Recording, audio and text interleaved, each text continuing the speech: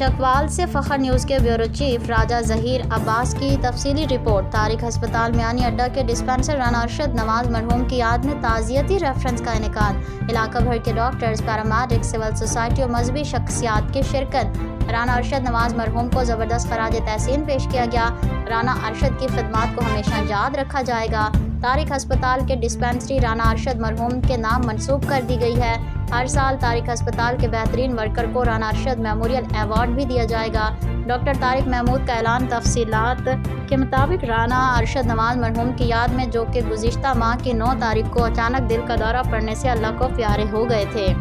مورخہ 25 April 2024 کو طارق ہسپتال میانی اڈہ میں ایک تعزیتی ریفرنس کا انعقاد کیا گیا، جس میں رانا ارشد نواز کے رشتہ داروں کے علاوہ علاقہ بھر کے لوگوں نے بھرپور شرکت کی۔ شرکا میں doctor Tariq Mahmood Malik, professor Ijaz Janjua, Rana Azad, Naveed, Ubaid, Imran Arshad, doctor Ashraf Malik, doctor Mudassar Latif, doctor Tariq neurosurgeon, doctor Ikram ul-Haq, doctor Arshad, doctor Saqib, doctor Humaira, dispenser Mubashir, dispenser Sher Ali, dispenser لہر اسب، میڈم رفعت سلطانہ، ملک نصیر، ملک صفدر، ملک نظر حسین، عبد الناصر، طارق گولا، محمد امجد، داؤد، او ٹی اے مصطفیٰ، محمد سلیمان اور دیگر احباب نے شرکت کی۔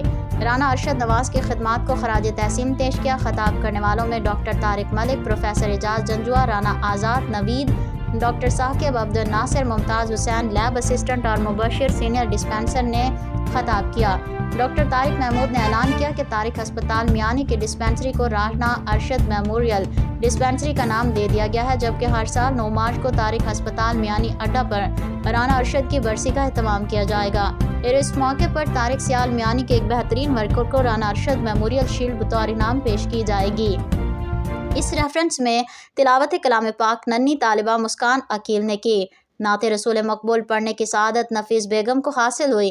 علاقہ ونہار کے طارق کا پہلا تعزیتی ریفرنس تھا۔ حاضرین سے خطاب کرتے ہوئے ڈاکٹر طارق محمود ملک نے اپنی رانا ارشد محمود کے ساتھ 27 سالہ زندگی کا تفصیلی جائزہ لیا۔ طارق ہسپتال کی ڈسپنسری کو رانا ارشد نواز نے منسوب کرنے کے عمل کو بے حد سراہا۔ ریفرنس کے شرکا کی جانب سے برملا اس بات کا اعتراف کیا گیا کہ اس سے پہلے ضلع چکوال کی تاریخ میں اپنے ملازمین کو اس طرح سے خراج تحسین پیش کرنے کی کوئی مثال ریکارڈ موجود نہ ہے۔